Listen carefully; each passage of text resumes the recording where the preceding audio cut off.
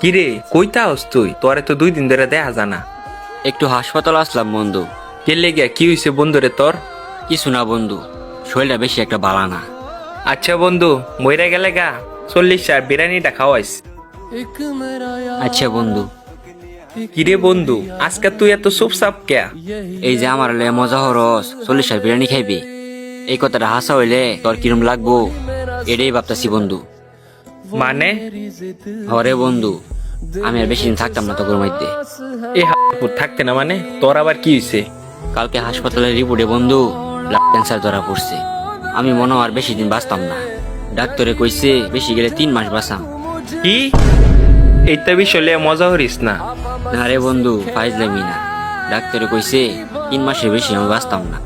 বন্ধু, জীবনে তো তোর লগে অনেক ফাইজলামি করছি, আমার কি বুঝলে দেবে বন্ধু? কি কস বন্ধু তুই? এটা হাসা নাকি? হ বন্ধু, আমি বড় জোর 3 মাস আছি তগর লগে, আর আমার লগে ফাইজলামি হইয়া আমার 40 খাওয়াটা তোর পূরণ হইব।